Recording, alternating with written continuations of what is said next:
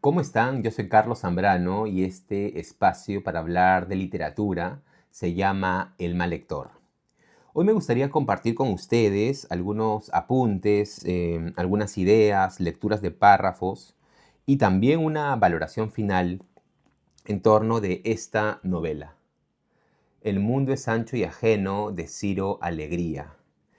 Esta es una novela que se publicó en el año 1941. Es la tercera novela que publica Ciro Alegría, después de haber publicado dos novelas breves que además tuvieron bastante éxito tanto a nivel de público como de crítica. Me refiero a La Serpiente de Oro de 1935 y Los Perros Hambrientos de 1939. Bueno, 2 años después, Ciro Alegría publica esta novela, su novela más amplia y para muchos su novela más ambiciosa, El mundo es ancho y ajeno, que además se publicó en el contexto de un premio, el premio Farrar y Reinhardt en Estados Unidos, lo que le daría una llegada mucho más amplia que la que habían tenido sus dos novelas anteriores. Bueno, a mí me gustaría dividir este análisis en 5 aspectos, ¿no? Que iré desarrollando e intentaré también ir justificando. En primer lugar, me gustaría hablar de la estructura narrativa de esta novela, del mundo Sancho y ajeno. Después pasar a un aspecto que me parece central cuando queremos valorar una novela como esta. Me refiero a la forma de narrar. En tercer lugar, me gustaría analizar algunas escenas y personajes memorables. Por supuesto, va a ser difícil, si no imposible, rastrear todas las escenas y personajes memorables, pero creo que se puede por lo menos mencionar algunos. Y terminaré este análisis con dos aspectos que también son centrales, ¿no?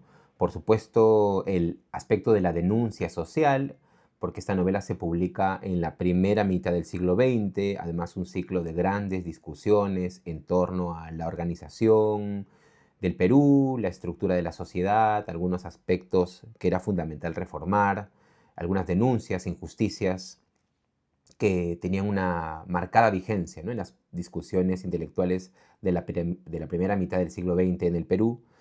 Y me gustaría culminar este análisis con un último aspecto que es de qué manera el mundo es ancho y ajeno se sitúa como punto de encuentro entre dos maneras de entender el mundo, ¿no? Dos formas de relacionarse con el mundo y cómo estas dos maneras impactan, se encuentran conflictivamente en una novela como esta.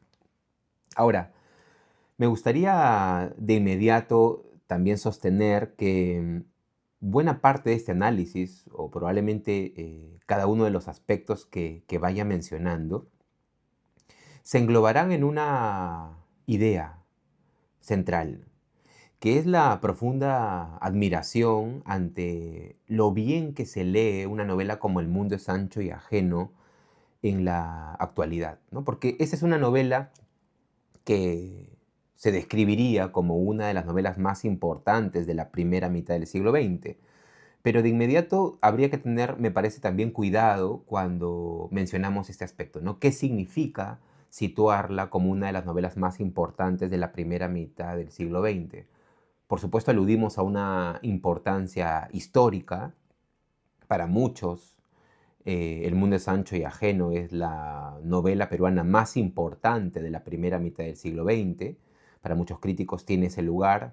Pero también habría que preguntarse si es que eso excluye, por ejemplo, una lectura que corresponda a la segunda mitad del siglo XX o inclusive preguntarnos qué tan bien se puede leer una novela como El mundo es ancho y ajeno ya en estos primeros años, en estas primeras décadas del siglo XXI.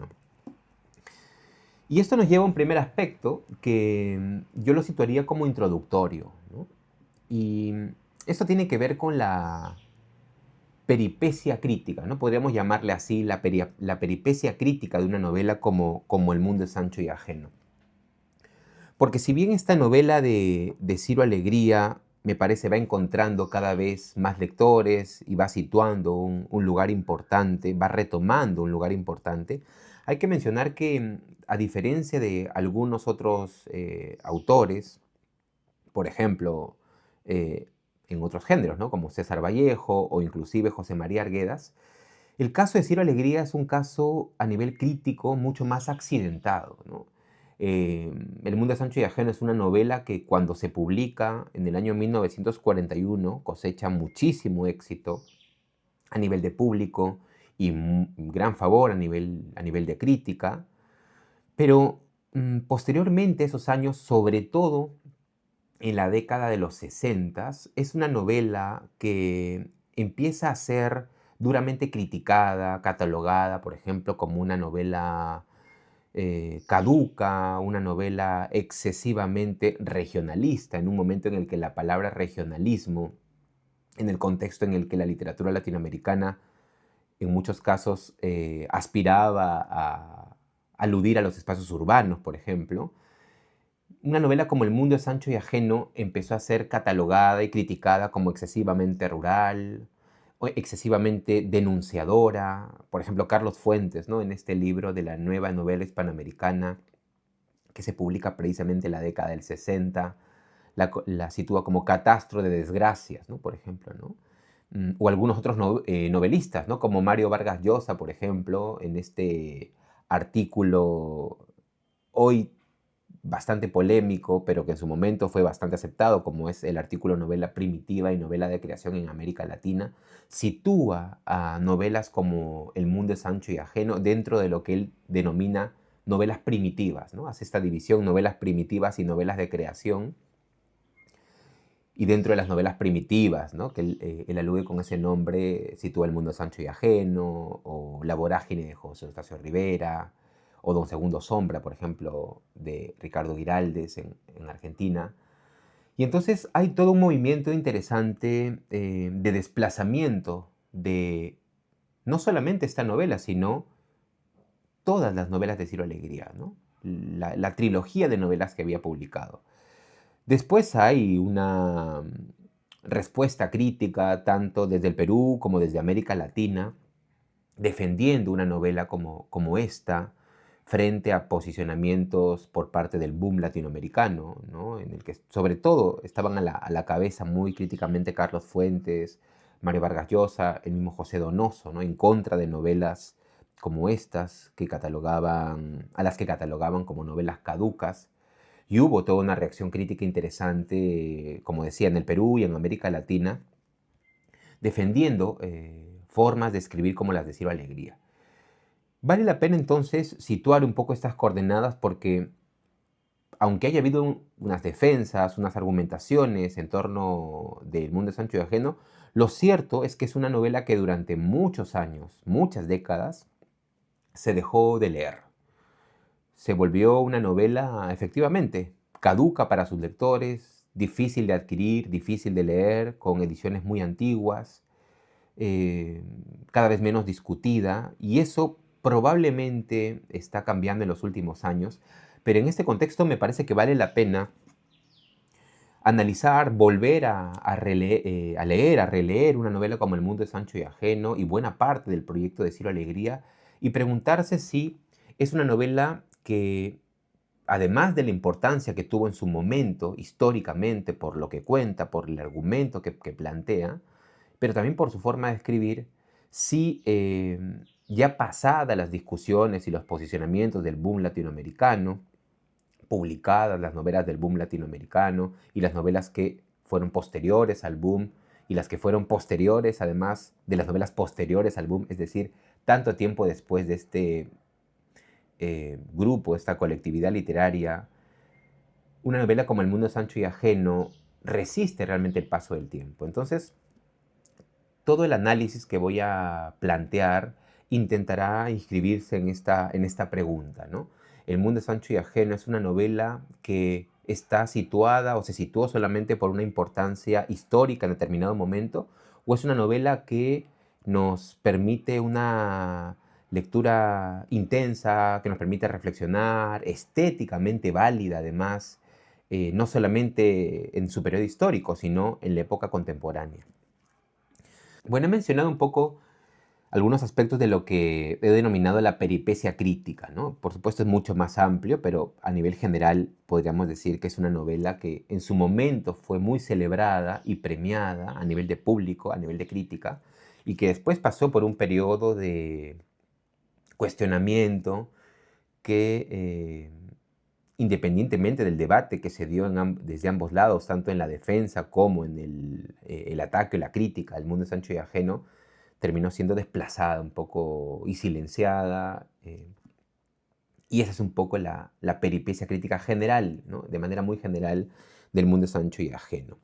Bueno, me gustaría pasar cuanto antes a un primer aspecto, ¿no? Que es la estructura de El mundo es ancho y ajeno. La novela, conforme uno la va leyendo, cada vez su estructura se va haciendo más nítida, ¿no? Quiero decir, la primera vez que uno lee El mundo es ancho y ajeno, puede dar la impresión, y de hecho seguramente la da, de ser una novela un poco digresiva, ¿no? La novela presenta partes en la que plantea personajes, profundiza en esos personajes, pero hay otras partes en las que se disgrega en algunos aspectos históricos o de otros personajes que van surgiendo. Pero conforme uno va releyendo el libro, va buscando información, su estructura se hace cada vez más nítida. ¿Cuál es la estructura del mundo es ancho y ajeno? Hay muchas maneras seguramente de responder esta pregunta, pero yo he situado la estructura en 6 partes, ¿no? En líneas generales podríamos decir que el mundo es ancho y ajeno aborda la historia de una comunidad, ¿no? La comunidad de Rumi, que es una comunidad campesina que tiene una importancia histórica dentro de un territorio, está muy arraigada en unas costumbres, hay una relación entre los comuneros asociadas a la fiesta, a la fertilidad de la tierra, a unas costumbres. Hasta que de pronto esta comunidad es asediada por un hacendado, ¿no? El hacendado Álvaro Amenábar, quien a partir de algunas trampas, algunas estrategias legales, va poniendo en riesgo la pertenencia de esta comunidad, la comunidad de Rumi, a estos comuneros. La novela va a desarrollar la resistencia por parte de estos comuneros y en algún momento también la derrota de esta comunidad ante este hacendado. Lo que tendremos en los momentos cúspide de la novela, la segunda mitad en adelante, inclusive un poco antes, es efectivamente el despojo de esta comunidad, como a partir de tretas legales este hacendado consigue eh, situar este territorio, esta comunidad a su hacienda, la hacienda Humay, y en simultáneo veremos cómo muchos de estos comuneros que pertenecían a la comunidad de Rumi pasan a otro territorio, Yananawi, pero algunos de ellos también intentan buscar un futuro por fuera de esta comunidad. Y allí hay toda una dispersión, una búsqueda, un éxodo hacia otras partes del Perú, ¿no? Algunos a la zona de la selva, otros cerca, en algunas otras comunidades o haciendas en la sierra, algunos en la costa. Y es muy interesante cómo la novela va desplegando diferentes historias, ¿no? Cómo los comuneros, el éxodo de estos comuneros van buscando algún futuro en otras partes del Perú. Hay que decir también, y esto tiene que ver con la estructura de la novela, que en simultáneo a la presentación de la comunidad en la primera parte, a la amenaza por parte del hacendado Álvaro Amenábar, al posterior despojo, éxodo y dispersión por parte de algunos comuneros en distintas partes del Perú, también la novela va insertando un personaje que será fundamental, sobre todo en el último cuarto del libro, ¿no? Me refiero al personaje de Benito Castro. Benito Castro es un comunero, pertenece a la comunidad de Rumi, pero en determinadas circunstancias él tuvo que escapar, ¿no? Entonces la novela va desarrollando en paralelo a el despojo de la comunidad, el camino que va desarrollando Benito Castro, ¿no? Hay dos caminos en ese sentido que serán fundamentales. Por un lado, el del alcalde de la comunidad de Rumi, que es Rosendo Maki, no sé si lo había mencionado, me parece que no, pero está el personaje de Rosendo Maki por un lado, que es el alcalde de la comunidad de Rumi, un poco el líder de esta comunidad, y que va a intentar afrontar también el intento de despojo por parte del hacendado Álvaro Amenábar, pero en simultáneo se nos va a plantear también, por fuera del espacio de la comunidad, la peripecia por parte de Benito Castro, ¿no? Este hombre que tuvo que salir de la comunidad a partir de determinada circunstancia personal, y cómo él va a irse formando por fuera de la comunidad, a partir de su contacto con Lima y también en otras partes del Perú, y va a ir viendo las injusticias que padece no solamente la comunidad de Rumi, sino otras comunidades. Entonces es una estructura también de formación de personaje la que rodea a Benito Castro, ¿no? Porque de ser un comunero o un campesino, va a ir poco a poco siendo consciente de las injusticias y de la importancia de una organización que pase por diferentes estrategias y diferentes recursos, como por ejemplo como las huelgas, como la protesta, como los sindicatos, y esto va a ir formando al personaje de Benito Castro. Entonces se va a dar en simultáneo la formación también de este personaje, y en ese sentido la novela estructuralmente también es muy rica, ¿no?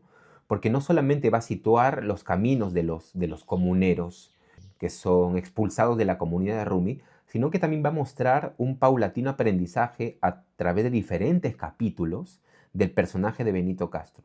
Entonces, claro, a nivel de estructura hemos dicho que están estos dos caminos, el de Benito Castro y el de Rosendo Maki. ¿Qué va a venir después, ya en los últimos instantes, en los últimos capítulos de la novela?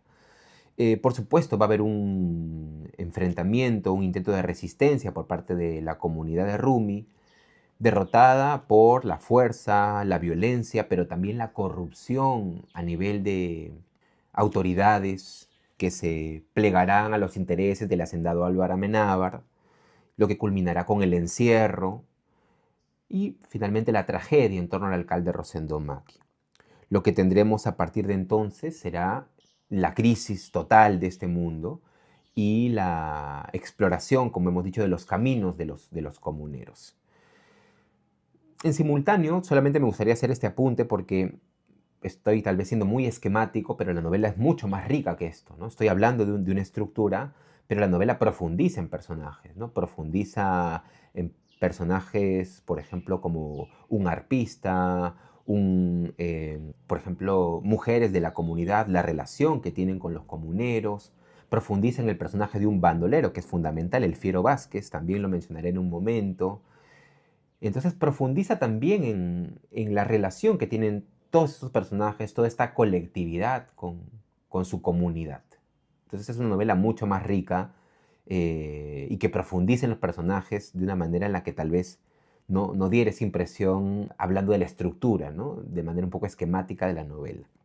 Toda esta crisis de este mundo, de esta comunidad, tendrá una salida, ¿no? Que vendrá con el retorno de Benito Castro, después de una formación, lo que podríamos llamar una concientización social en clave radical, que contemple inclusive la posibilidad de la violencia, en el caso de Benito Castro, quien ha entrado en contacto en Lima con las huelgas, con los sindicatos, con las protestas, además quien ha aprendido a leer, eso es una diferencia interesante, ¿no? Cuando él sale de su comunidad no sabe leer, no está alfabetizado, pero va aprendiendo a leer, va leyendo diferentes textos que lo convertirán en un personaje distinto. Y este personaje será quien retorne a la comunidad, quien retorne a este territorio que antes le pertenecía a sus seres queridos, a la comunidad de Rumi, pero a la que encontrará despojada. Y a partir de este despojo habrá otro tipo de organización, un tipo de respuesta y de enfrentamiento que culminará con la escena, probablemente una de las escenas más célebres del mundo de Sancho y Ajeno, que es ese enfrentamiento de carácter épico entre Benito Castro y una manera de enfocar las injusticias y las fuerzas de Álvaro Amenábar, ¿no? Tanto por un lado Benito Castro y los comuneros que deciden intentar defender, recuperar su comunidad, y del otro lado el hacendado Álvaro Amenábar, quien tiene de su lado a las fuerzas, no solamente a las leyes, sino también a las fuerzas, podríamos decir, violentas del Estado, ¿no? A la policía, está armado, y en ese enfrentamiento se darán las últimas páginas de El mundo es ancho y ajeno. Esto en lo que respecta a la estructura, ¿no? Una estructura, como hemos visto, que parte de la presentación de una comunidad, el despojo de sus tierras, el destierro y el éxodo, y que culminará con un intento de recuperación de esas tierras por vía de un enfrentamiento, ya no con el alcalde Rosendo Maki, sino con uno de los personajes que había escapado antes del éxodo, que es el personaje de Benito Castro. Esto es lo que respecta a la estructura de la novela. Ahora me gustaría ir a uno de los aspectos que me parecen centrales de El mundo es ancho y ajeno. Me refiero a la forma de narrar. Yo al principio de este episodio mencionaba que esta es una novela que se relee muy bien. Y tal vez vale la pena preguntarse por qué una novela como esta se relee tan bien, ¿no? Y aquí podríamos preguntarnos, hacernos la pregunta primero más general, ¿por qué ciertos textos, ¿no? Ciertas novelas no pierden su riqueza o más bien ganan riqueza, ganan espesor de significado conforme uno las va leyendo más veces? Mientras que hay otras novelas que uno cuando pasa por sus párrafos, por sus oraciones, tiene la impresión de que no hay mucho más de lo que uno había leído la primera vez, ¿no? Uno lee, por ejemplo, la descripción de un espacio cerrado o de las acciones de unos personajes y uno siente que en algunos casos, bueno, ya conoce esas escenas y que no hay mucho más que uno puede extraer y eso también a uno puede llevarlo al cansancio de esa novela o a no terminarla.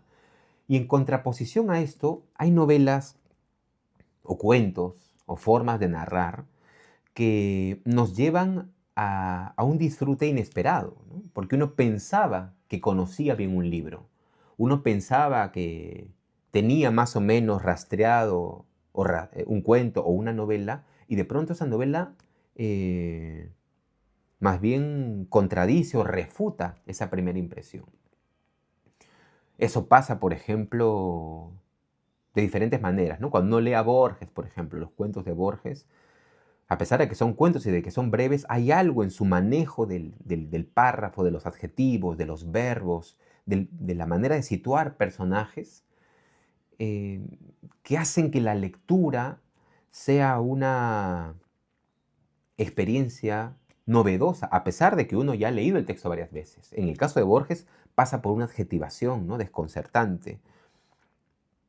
También puede haber otros casos, ¿no? Por ejemplo, argumentalmente hablando, uno puede pensar en cuentistas como Chekhov, ¿no? Por ejemplo, Chekhov, sin tener un lenguaje demasiado espeso, cargado, de hecho, Chekhov es bastante sencillo en su manera de narrar. Hay escenas, ¿no? Hay escenas que uno puede reinterpretar o enfocar de otra manera, ¿no? En una segunda lectura. Aquí pienso en Chekhov, pienso, por ejemplo, inclusive en una cuentista que estuve ahora leyendo mucho últimamente, que es Katherine Mansfield, por ejemplo, también hay maneras de enfocar que hacen que el texto no pierda fuerza ni siquiera en la relectura. Pienso en muchos otros casos, ¿no? Inclusive, por ejemplo, en cuentistas o novelistas tan marcadamente morales o didácticos, y aquí pienso en un autor, por ejemplo, como Tolstoy, uno puede encontrar, a pesar de que en ocasiones está muy direccionada o puede estar parcialmente direccionada la moraleja o la enseñanza o el mensaje de un novelista como Tolstoy, su manera de profundizar en cómo se siente un personaje hace que el texto en una segunda, tercera lectura no pierda fuerza. Bueno, esos son algunos ejemplos, ¿no? que uno puede pensar de diferentes maneras en las que un texto no pierde fuerza a pesar de ser releído. Pensaba en Poe, por ejemplo, en esta manera de adjetivar en La caída de la casa Usher las nubes, ¿no? Las nubes opresivas. No es una observación simplemente objetiva de las nubes, de las formas de las nubes. Hay algo en la adjetivación, ¿no? Caían opresivamente, ¿no? En las primeras páginas de La caída de la casa Usher. Entonces, estos ejemplos nos hablan de un tipo de escritura que permite la relectura. Y yo inscribiría dentro de ese tipo de textos una novela como El mundo es ancho y ajeno, pero de por sí la escritura de muchas novelas, la forma de narrar de muchas novelas de Ciro Alegría, la forma de narrar de Ciro Alegría. Cuando uno lee novelas como Los perros hambrientos, La serpiente de oro, El mundo es ancho y ajeno, claro, lo primero que llama la atención de pronto es una musicalidad, ¿no? Un agrado en la lectura en voz alta. Pero hay algo más en esa forma de narrar, que no pasa solamente por el oído, sino que yo diría pasa por una relación afectiva, emocional con lo que se describe. No solamente se trata de narrar un color, o de narrar una textura, o de narrar un ángulo, o de componer, digamos, una imagen, nada más, sino que pasa por algo que se relaciona con una dimensión afectiva en la manera de narrar, ¿no? Y aquí estoy pensando en un ensayo que, que ayuda mucho a entender esto, ¿no? La diferencia entre narrar e informar, ¿no? Hay un crítico que es Walter Benjamin, ¿no? Que tiene este ensayo que es una maravilla por lo que dispara en la reflexión, que es el narrador. Y él allí diferencia, ¿no? ¿Qué diferencia el narrador del informante o de cierto periodismo en su momento, ¿no? Que uno solamente transmite información. Mientras tanto, en el narrador oral, el narrador popular, se narra, pero con la carga de la voz, a través inclusive de la escritura. Un afecto, un tono, una relación emocional con lo que uno está narrando. ¿Se puede eso transferir a la escritura?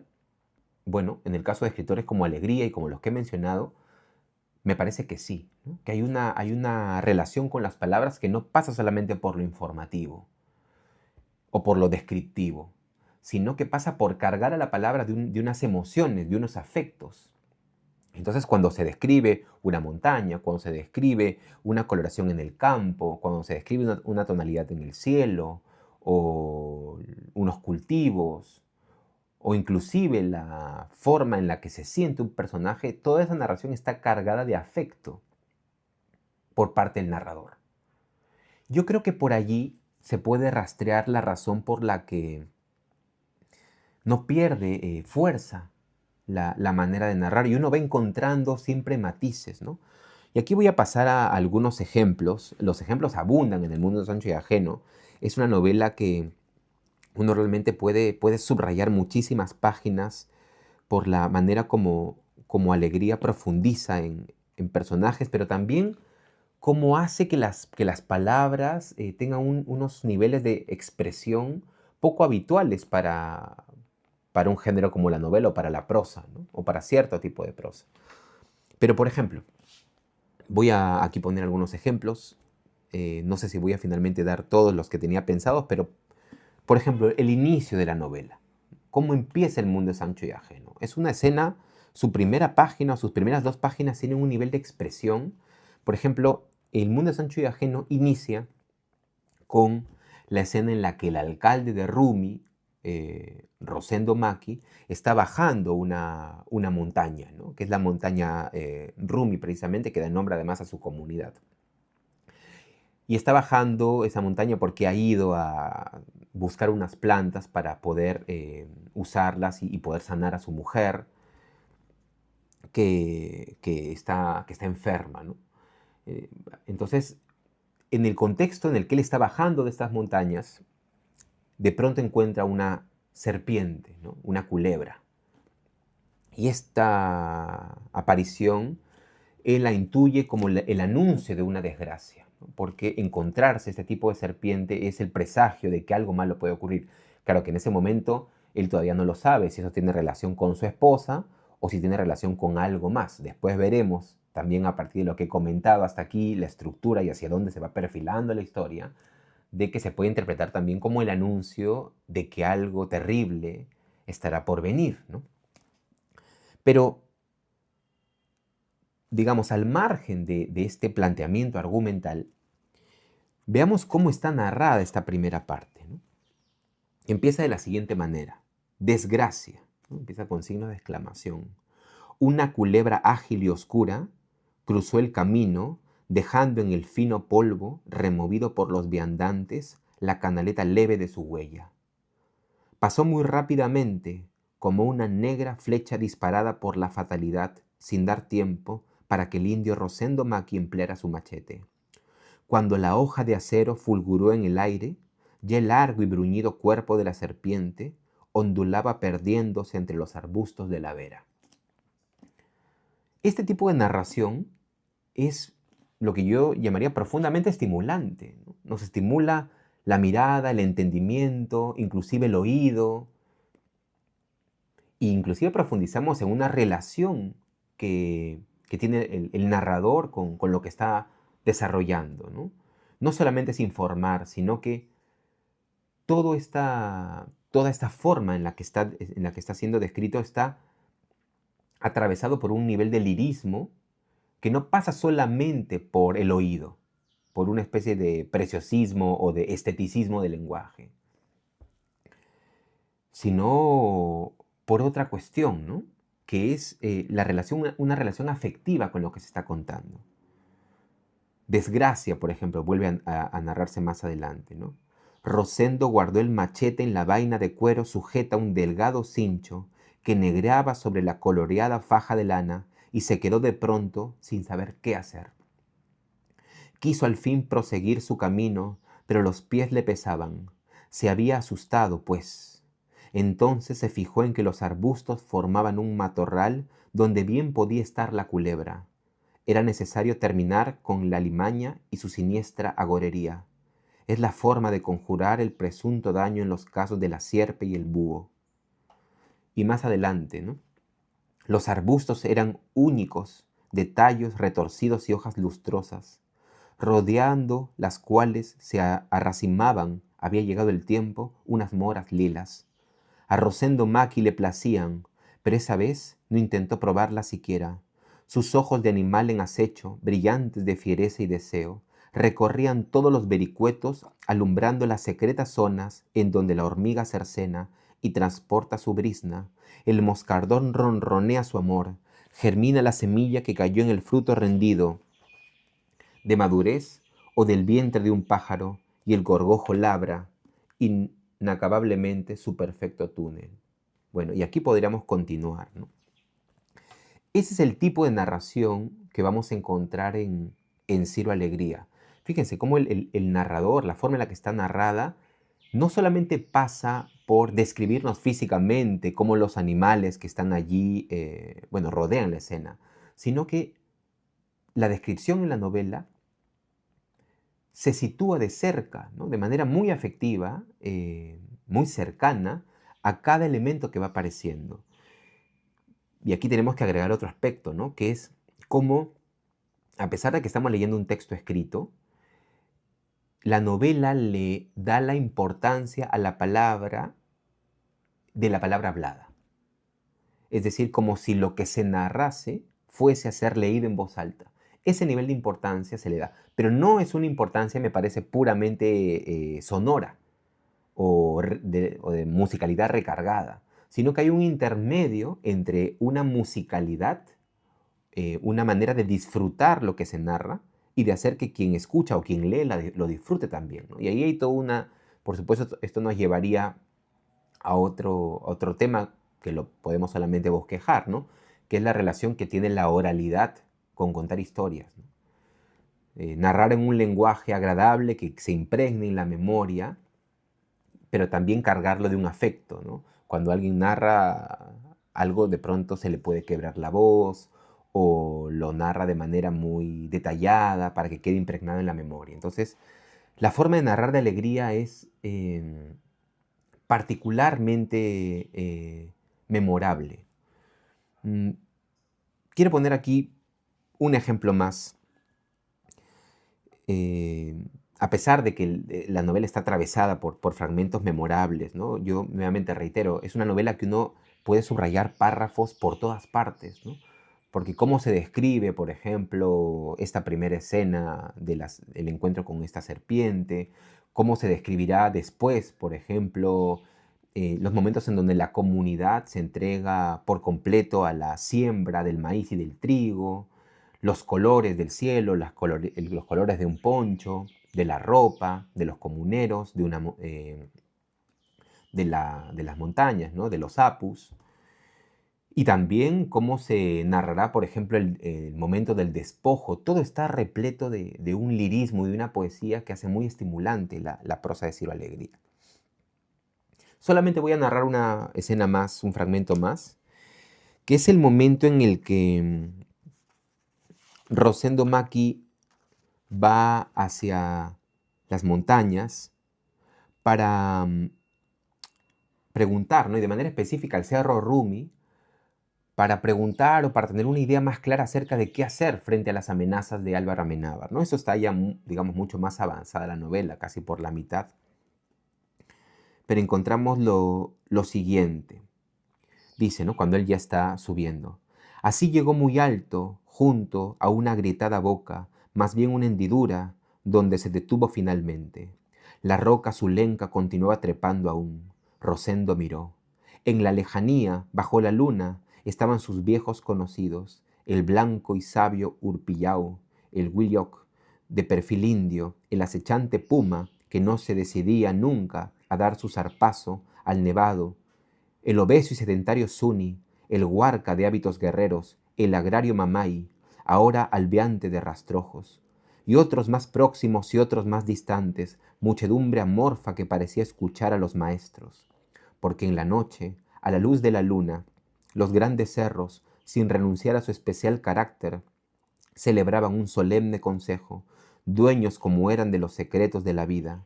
Desde este lado, el Rumi decía su voluntariosa verdad de piedra vuelta, lanza para apuntar al cielo, y por el cielo esa noche avanzaba lentamente la luna en plenitud y brillaban nítidas estrellas. Rosendo se sintió grande y pequeño. Hay muchos párrafos como estos en El mundo es ancho y ajeno.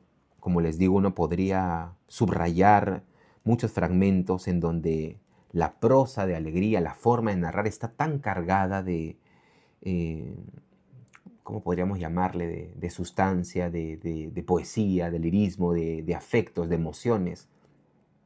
Y esto nos lleva un poco, volviendo al principio de este segundo punto, ¿no? Que es, ¿qué implica una descripción intensa, una descripción rica, ¿no?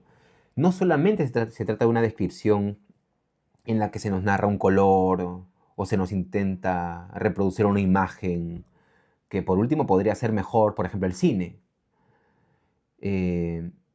Por supuesto, esta discusión es más compleja que esto, pero hay algo en El mundo es ancho y ajeno, y en Borges, y en Poe, y en Chekhov, y en Tolstoy, y también en Arguedas, que nos llevan a pensar en la importancia de las palabras. ¿Qué implica decidir narrar algo mediante palabras? Implica usar toda la potencia que tiene una palabra. Hay formas de narrar y hay escrituras y hay novelas en las que la palabra parece haber sido totalmente descuidada o dejada de lado. Y la palabra sirve más bien para dibujar solamente una intriga o dibujar solamente un argumento o se nos transmite solamente información o el despliegue de una trama, pero la palabra ha perdido su fuerza. En un contexto en el que la palabra no solamente ha perdido su fuerza en buena parte de la literatura, sino en la que ha perdido su fuerza en general en la realidad, es decir, en un contexto en el que se puede decir todo sin que pese nada, sin que no tenga importancia, prosas como las de Ciro Alegría nos revinculan con las posibilidades de una palabra.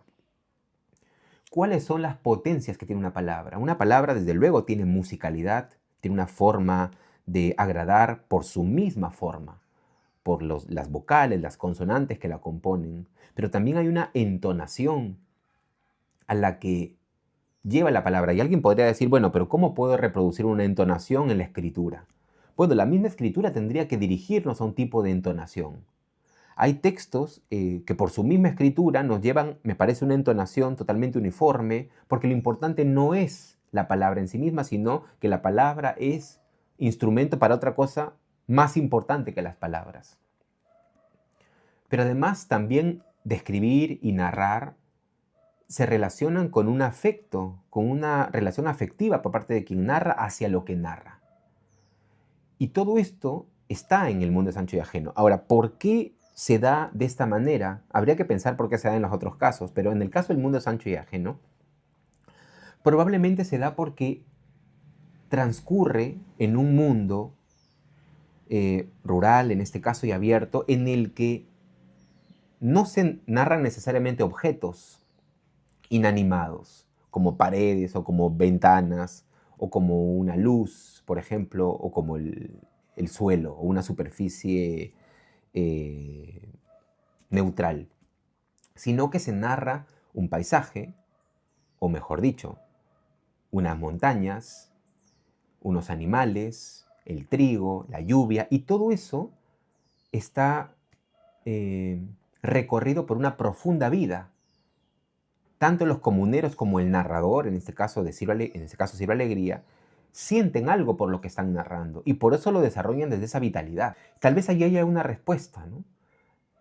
Hay un afecto y unas emociones porque lo que se narra, el mundo que se narra, es un mundo que no es puramente neutral o que tiene calidad de objeto, sino que todo tiene una calidad de personaje, inclusive lo que no parece ser un personaje. Y ahí podemos pensar también en la serpiente de oro y los perros hambrientos, ¿no? Creo que esa afectividad tiene relación con esa interrelación con lo que rodea el mundo de Alegría. Bueno, quiero avanzar un poco para no dejar de lado nada de lo que quería desarrollar en esta valoración. Reitero, la valoración del mundo de Sancho y Ajeno. Después, al final, también veré que hay aspectos que, digamos, no es una novela que podríamos catalogar como perfecta en todo lo que desarrolla. Hay aspectos, hay puntos vacíos.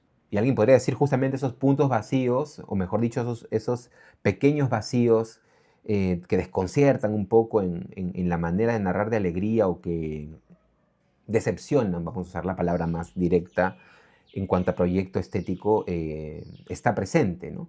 Pero inclusive contando esos pequeños vacíos que los mencionaremos después, esa es una novela realmente fascinante en su recorrido, en su manera de ser narrada, ¿no? Una de las grandes novelas, ya no solamente yo diría de la primera mitad del siglo XX, sino de todo el siglo XX. Y muy superior en su forma de narrar a muchas de las novelas que en su momento se situaron por encima del mundo de Sancho y Ajeno. Quiero decir, habría que preguntarse si es que, pasado el tiempo, el mundo de Sancho y Ajeno, que fue una novela tan criticada por un grupo de escritores que la tacharon de caduca, la tacharon de una novela esquemática, de una novela que no perfilaba personajes, que no profundizaba en la subjetividad humana. Habría que preguntarse, ya pasadas varias décadas desde esas críticas, ya bien entrar el siglo XXI, si es que el mundo de Sancho y Ajeno finalmente ha terminado rebatiendo esas acusaciones e inclusive, en más de un sentido, posicionándose por encima de esos novelistas o de algunos de los novelistas que acusaban al proyecto de Ciro Alegría como un proyecto excesivamente simple o esquemático o estereotipante, por ejemplo, ¿no? Yo, por lo pronto, creo que El mundo de Sancho y Ajeno es una novela que, por su forma de narrar, su estructura y sus personajes, refuta muchas de esas acusaciones y se sitúa inclusive bastante por delante de la complejidad de muchos de los proyectos de novelas que se ponían por encima del mundo de Sancho y Ajeno. Vamos a un tercer aspecto. Escenas y personajes memorables en el mundo es Ancho y Ajeno. Aquí solamente voy a mencionar algunas escenas dentro de la amplia variedad de escenas que tiene el mundo de Sancho y Ajeno memorables, ¿no? En primer lugar, hay una escena, ¿no? La escena, por ejemplo, de Rosendo Macchi, del alcalde Rosendo Macchi. Ya he mencionado la primera escena, que es magistral. Todo ese primer capítulo, además, en donde el alcalde de Rumi está bajando la montaña mientras se encuentra con esa serpiente y va recordando cómo él poco a poco se fue haciendo alcalde de la comunidad, porque al principio no era alcalde. Primero era un comunero, después hizo regidor, después hizo alcalde, y va contándonos un poco cómo se fue posicionando, impartiendo justicia, solucionando algunos problemas específicos de la comunidad, ¿no? Mientras va yendo a entregarle estas hierbas a las personas que se están encargando de curar a su esposa, ¿no? A Pascuala. Pero yo aquí situaría una escena que siempre la recuerdo mucho, ¿no? Que es la escena, es el momento en el que ya Rosendo Macchi, avanzada la novela, está encerrado, porque finalmente el poder de Álvaro Amenábar, las alianzas, los aliados de Álvaro Amenábar han conseguido que Rosendo Macchi no solamente no pueda defender su comunidad, sino que sea acusado por determinados delitos y que sea encerrado. Y en ese contexto del encierro, solo y ya bastante decepcionado y desesperanzado, además con muchos años encima, él recuerda los mejores momentos de su comunidad. No voy a leer el fragmento porque sería tal vez muy extenso, pero recuerda los mejores momentos, ¿no? La siembra, los encuentros con los diferentes personajes, el arpista Anselmo, por ejemplo, ¿no? Cómo él tocaba su música para alegrar las tardes posteriores a la siembra, las historias que contaban, las esperanzas que tenía la comunidad, por ejemplo, en formar una escuela, en formar a los niños de la comunidad enseñándoles a leer. Todas esas esperanzas se van situando en su recuerdo en simultáneo a un momento en el que él sabe la confrontación ha culminado con su derrota, ¿no?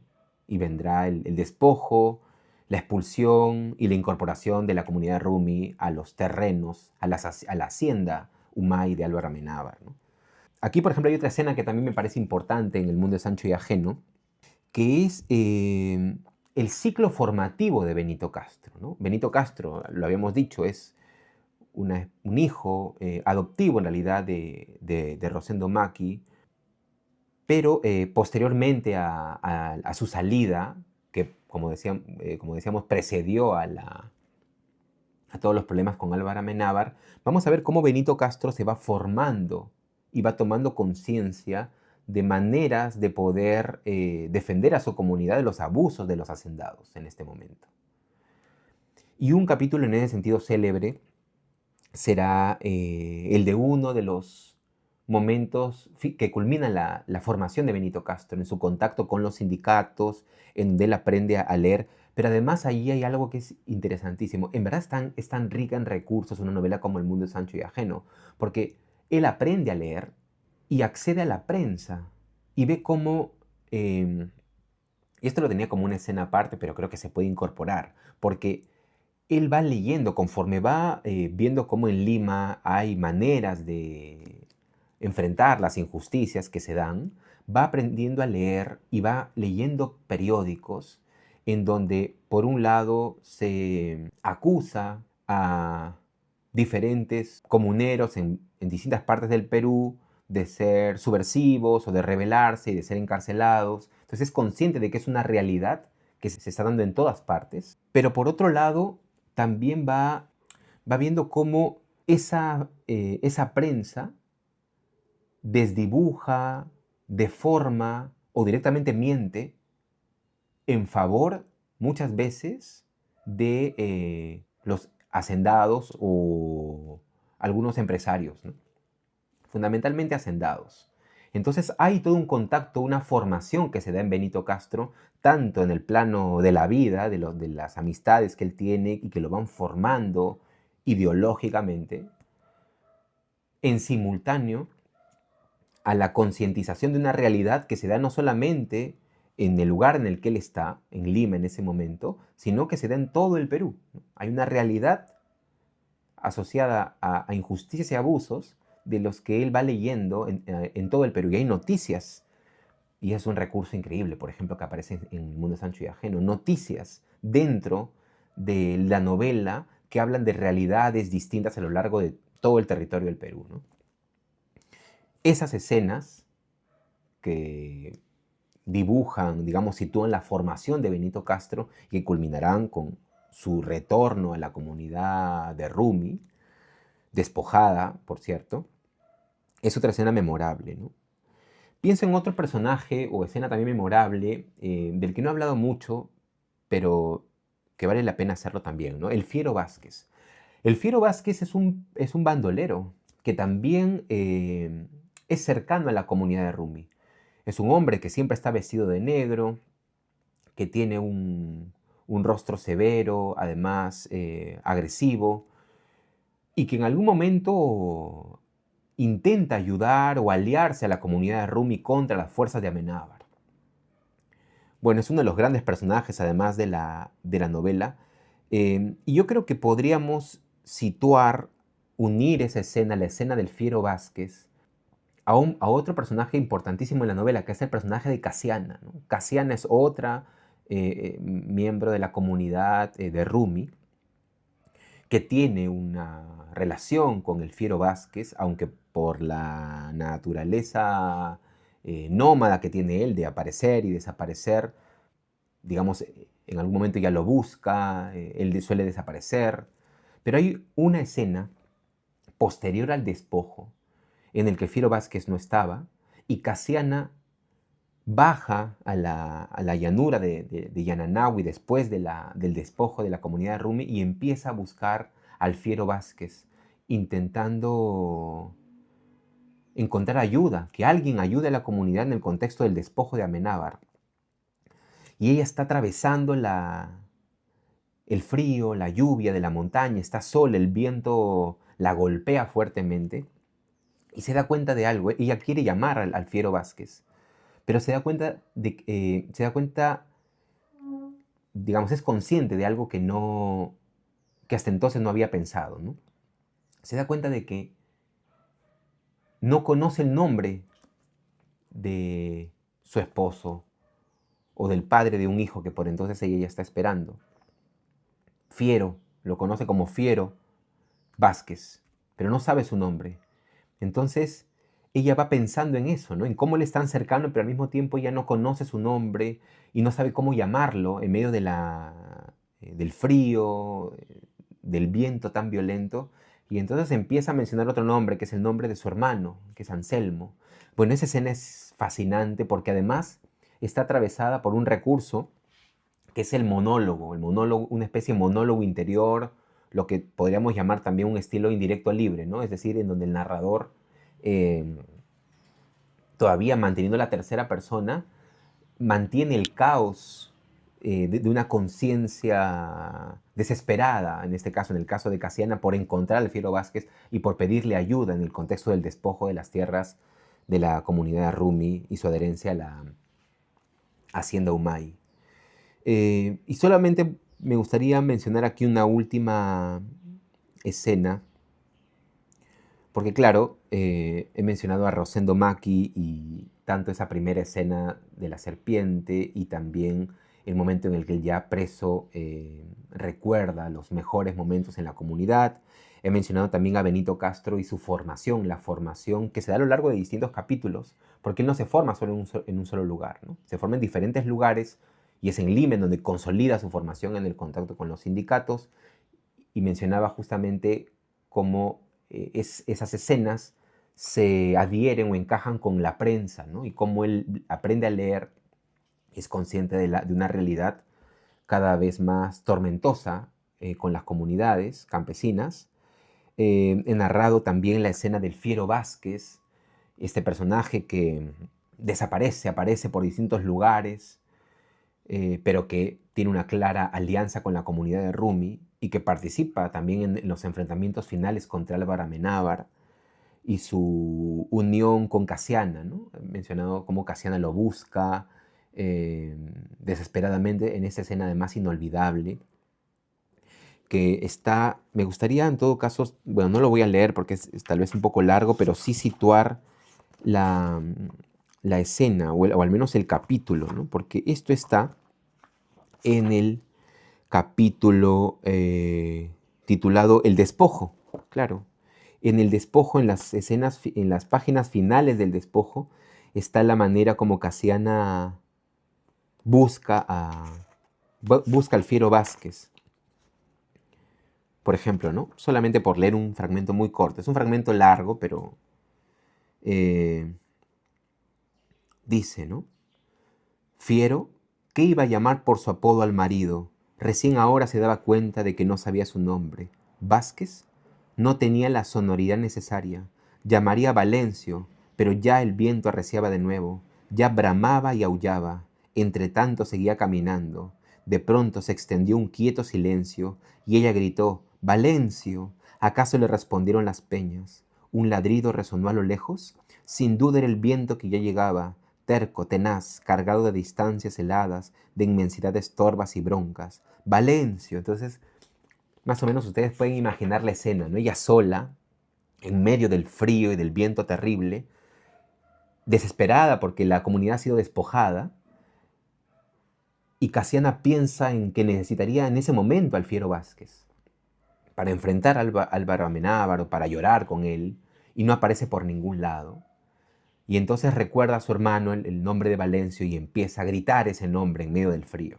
Y lo que sigue también es impresionante y memorable, porque aparecen unos personajes, aparece un perro que la encuentra. Bueno, es un capítulo memorable que está precisamente, es una escena memorable que está dentro del capítulo El despojo. Pero yo quería mencionar una última escena y personaje que además se corresponde también con un encuentro. Me refiero a Nasha Suro. ¿Quién es Nasha Suro? Nasha Suro es una bruja que también pertenece a la comunidad de Rumi, o en todo caso que es cercana a la comunidad de Rumi. Ella se encarga de, a través de su conocimiento, solucionar muchos aspectos en la comunidad. Y entonces en algún momento ella intenta también ayudar a la comunidad a través de algún tipo de amarre o de hechizo, de hacerle daño a Álvaro Amenábar. Sin embargo, no puede hacerlo, por más que lo intenta. Y hay un encuentro, un día en que Álvaro Amenábar sale con su caballo y la confronta, ¿no? Se le encuentra. Ese es un encuentro de dimensiones épicas, uno podría decir, ¿no? Álvaro Amenábar, quien no cree en nada de esto, montado en su caballo, con ese poncho enorme y ese sombrero, y mirando a la bruja Nasha Suro y diciéndole: «Tú me quieres hacer daño, yo sé que tú me quieres hacer daño, pero no creas que te tengo miedo», le dice, ¿no? Y Nasha Suro se lo queda mirando, porque en efecto no ha podido hacerle daño. Bueno, esa confrontación es también memorable dentro del mundo de Sancho y Ajeno, ¿no? Bueno, voy a pasar entonces ahora a un cuarto punto y un penúltimo aspecto en el mundo de Sancho y Ajeno, y me refiero a la denuncia social, ¿no? Por supuesto, no podemos hablar del mundo de Sancho y Ajeno si no situamos la importancia histórica que tuvo en su momento. Porque, claro, hemos hablado de la descripción tan detallada, de la forma de narrar, tan cargada de afecto, pero probablemente a partir de lo que hemos ido exponiendo aquí, se observe que la novela está inscrita claramente en lo que podría llamarse la novela de denuncia social, ¿no? Inscrita dentro de esos otros proyectos. Pensemos en el caso del Perú, una novela como El Tungsteno, por ejemplo, de César Vallejo, el esquema, ¿no?, del héroe proletario quien dirige a comuneros o campesinos hacia lo que podría ser un proyecto revolucionario o subversivo, ¿no?, en una búsqueda por enfrentar y frenar las injusticias.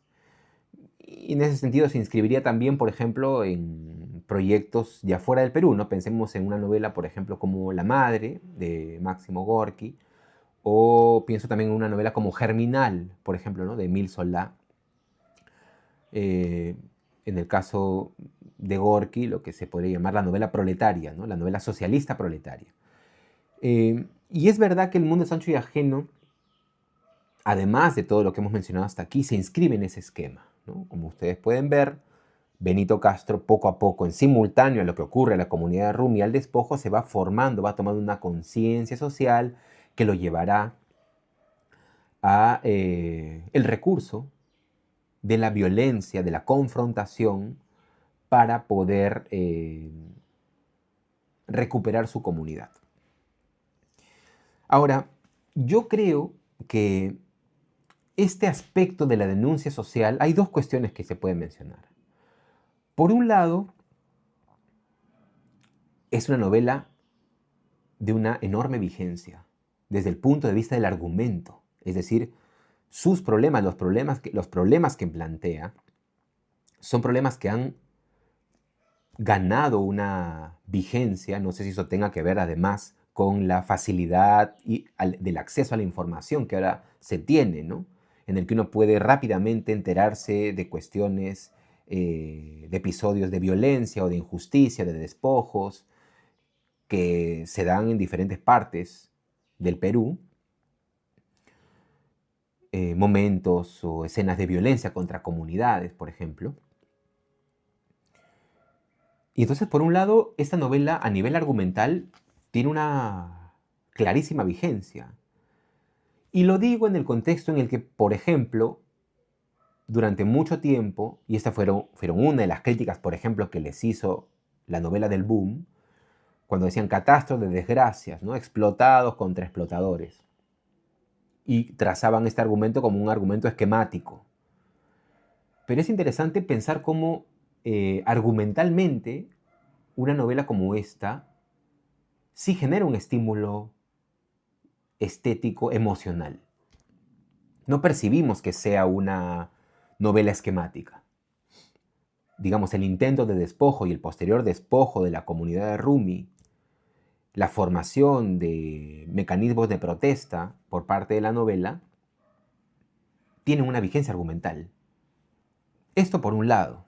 Ahora, por otro lado, sí me parece que esta parte es la parte que ha perdido tal vez mayor frescura en la novela.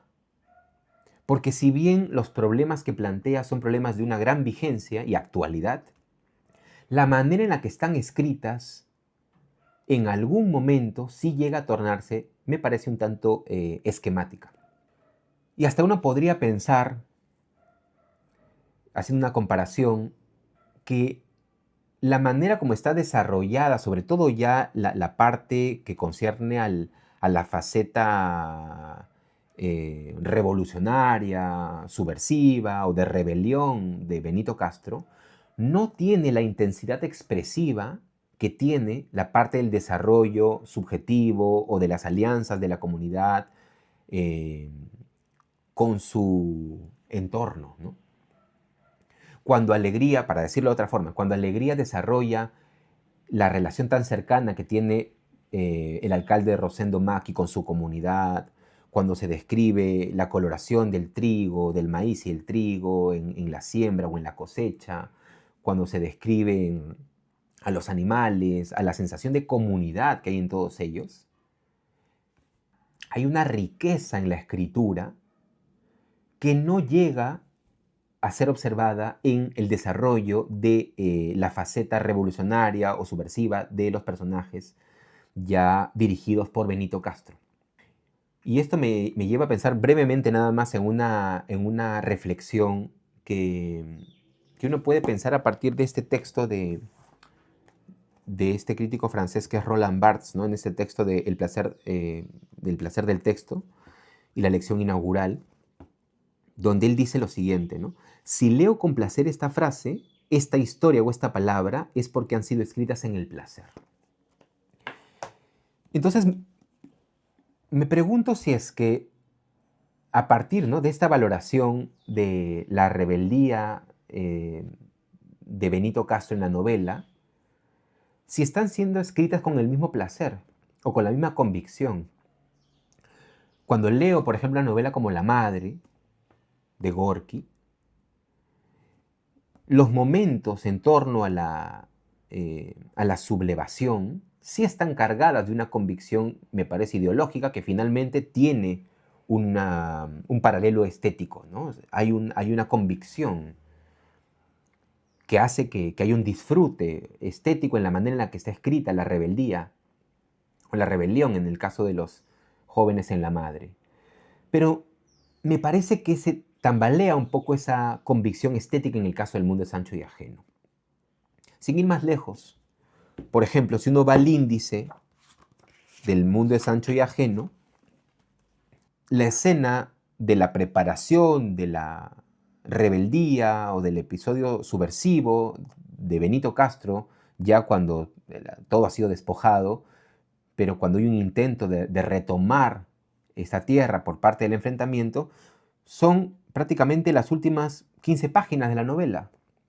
Por supuesto ha habido toda una preparación, pero la convicción por parte de los comuneros, el convencimiento de Benito Castro hacia los comuneros, el desarrollo de esta convicción, la preparación y el posterior enfrentamiento, me parece que no tienen el mismo desarrollo complejo que habría necesitado más páginas en El mundo es ancho y ajeno. Como si, y tal vez aquí estoy siendo un poco general y de repente inclusive un poco injusto, como si hubiese una prisa o un apuro, y aquí sí tal vez una esquematización por hacer que el héroe Benito Castro, el héroe proletario o el héroe revolucionario, rápidamente convence a todos los demás personajes, todos se adhieren y todos van al enfrentamiento contra el Amenábar. Me parece que ese último tramo de la novela no tiene el desarrollo más lento, más detallado, eh, más profundo que tiene esa otra faceta, que es la faceta de la sensibilidad de los personajes de la comunidad.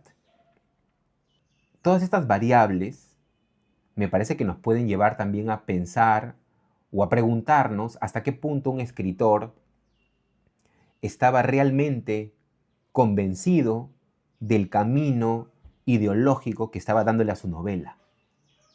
A juzgar por la escritura, creo que por lo menos se puede plantear la pregunta, ¿qué tanta convicción hay? Retomando lo de Roland Barthes, ¿no?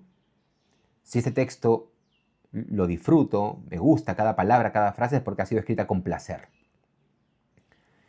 Pero es una pregunta interesante. Yo, por lo pronto, sí creo que si bien a nivel argumental la novela ha ganado muchísima vigencia en lo que respecta a las injusticias sociales, a la violencia contra las comunidades, a los despojos de las comunidades en las diferentes zonas del Perú, no solamente en la sierra, sino también en la selva. A nivel argumental ha ganado, y además la prensa, la novela también aborda episodios de prensa. Entonces es una novela que argumentalmente tiene una vigencia enorme. Ahora, a nivel de escritura, me parece que en cierto punto, porque aquí tampoco quiero ser categórico, o sea, hay partes en las que se describe esta dinámica de abusos o de corrupción de la prensa o de corrupción por parte de las autoridades locales, que en momentos en donde sí está muy descrito, pero sobre todo en la parte del revolucionario, del héroe proletario y del convencimiento de la comunidad para la confrontación final, me parece que hay algo de apresuramiento en el desarrollo que hace Alegría del mundo es ancho y ajeno. Y ese es uno de los tantos matices dentro de una novela que, reitero, ¿no? Esto lo he dicho al principio, lo dije hace un momento y lo reitero, es una novela que se lee muy bien, que se relee muy bien. Tiene partes en las que uno puede cuestionarse qué tanto el tiempo ha pasado más o menos bien o no tanto, pero eso no hace que la novela pierda brillo, inclusive con sus puntos más polémicos o más difíciles de adaptar a una sensibilidad más contemporánea, ¿no? Bueno, y voy a cerrar entonces, eso en lo que respecta a la denuncia social, ¿no?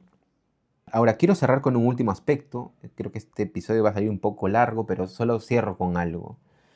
Que es dos visiones del mundo, ¿no? Dos visiones del mundo. Ya en términos generales, podríamos decir que El mundo es ancho y ajeno es una novela en la que intervienen, se topan, se encuentran dos visiones del mundo o dos maneras de entender, en este caso, el Perú, ¿no? Por parte de Ciro Alegría. Por un lado hay todo un desarrollo en el que el lector se sensibiliza con una manera en la que la comunidad se relaciona con las montañas, ¿no? Con los apus, con los cultivos, con los animales, no desde la ingenuidad. No está trazado como estos personajes que viven en el Ande o en la Sierra Norte del Perú se relacionan ingenuamente. No, hay un respeto, hay una sensibilidad y hay inclusive una ratificación de una manera de relacionarse con estas otras formas de vida en la subjetividad de los comuneros del mundo andino, de este mundo andino en el norte del Perú. Entonces, por un lado, es una novela que aborda esta sensibilidad, que no es la sensibilidad urbana necesariamente, en la que por un lado están las personas y por otro lado está todo aquello que no es racional o que no es urbano y que por no inscribirse en el mundo urbano es irracional y salvaje. Por un lado, el mundo Sancho y Ajeno desarrolla unos vínculos muy cercanos que nos llevan a preguntarnos sobre nuestra misma relación con las cosas, ¿no? O con otras formas de existir. Entonces, por un lado, hay esta visión del mundo. Y yo diría en ese sentido que el mundo de Sancho y Ajeno nos lleva a problematizar la manera como nos relacionamos en general con lo que nos rodea. Y ese es un camino, ¿no?, de sensibilidad. Pero por otro lado, hay un camino, digamos, el primer camino estaría encarnado en Rosendo Maki, ¿no?, el alcalde Rosendo Maki y la comunidad. Pero luego hay otro camino que es el camino donde pareciese que el mismo Alegría se cuestiona sobre si hay posibilidades de subsistencia de esa manera de entender el mundo, o si el camino verdadero, o el camino más que verdadero, el único camino, es el camino de la confrontación en un esquema de lucha de clases, podríamos decir, encarnada en Benito Castro, porque en algún momento Benito Castro le dice a los miembros de su comunidad que si es que quieren sobrevivir, toda esa palabra comunidad tiene que ser dejada de lado. Entonces ellos dejan de ser, renuncian a su relación cercana, de diálogo con otras formas de existencia y se vuelven personajes proletarios, con una mirada mucho más objetiva, mucho más racional, y dejan de lado esa otra visión que estaba encarnada en Rosendo Maki. Entonces, la novela presenta estas dos maneras de entender el mundo. También yo diría que hay dos lenguajes, ¿no? Mientras que el mundo de Rosendo Maki, su manera de entender el mundo, es mucho más afectiva, mucho más rica en la manera de ser escrita, el camino de Benito Castro, que parece ser el camino, el gran camino de la novela, no va acompañado de ese entusiasmo en la escritura. Entonces, mientras que un camino es el camino de sensibilidad, que legitima una sensibilidad andina, hay otro camino que es el camino que más bien apunta a una sensibilidad proletaria, ¿no?, revolucionaria, que se deshace de esas otras formas de sensibilidad. Creo que en el mundo de Sancho y Ajeno ambas sensibilidades entran en conflicto, en contacto, ¿no?, en contacto conflictivo, y la novela es producto un poco de ese encuentro. A partir de allí pueden trazarse diferentes interpretaciones, diferentes lecturas, ¿no? ¿Qué significa el final del mundo de Sancho y Ajeno, ¿no? ¿Cómo termina el mundo de Sancho y Ajeno?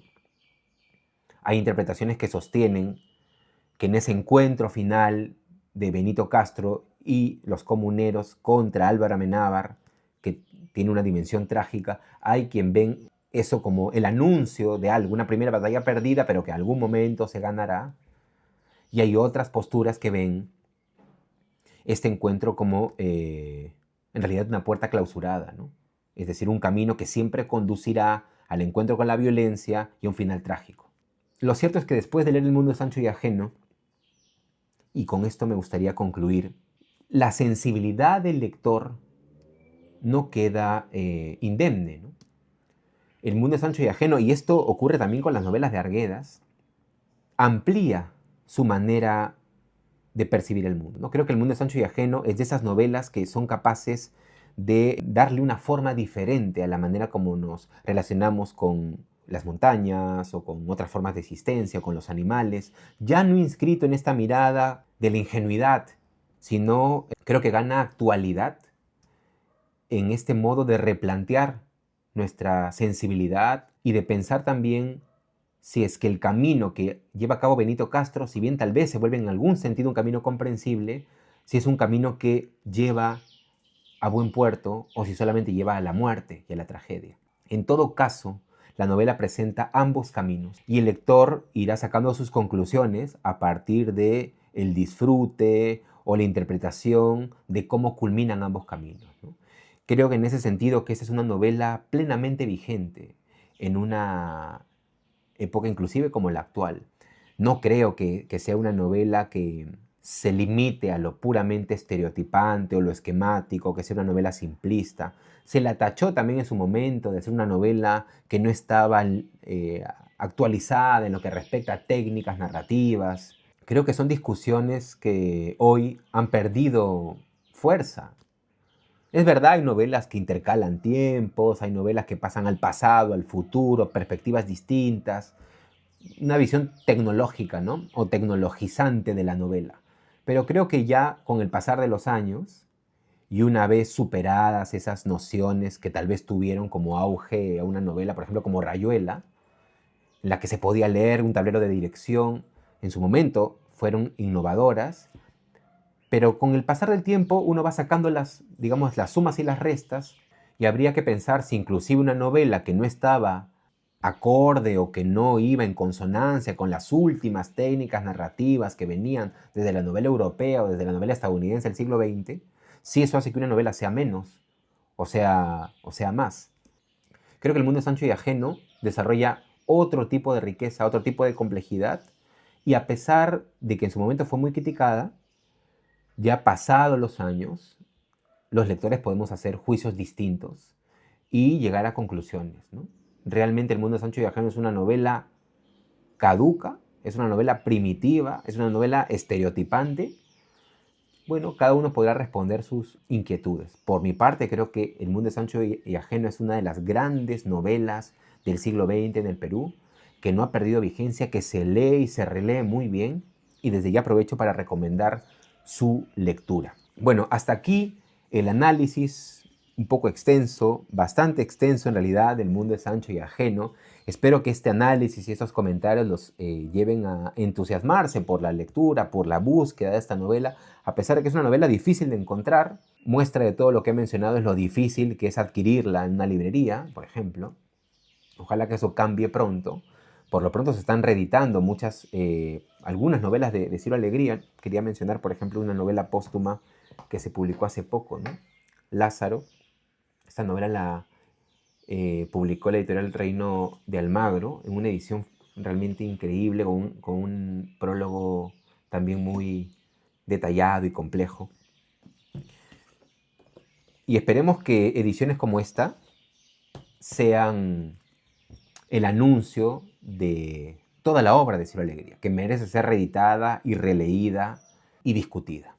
Bueno, hasta aquí entonces con este análisis. Conmigo será hasta otra oportunidad. Yo soy Carlos Zambrano y esto fue El Mal Lector.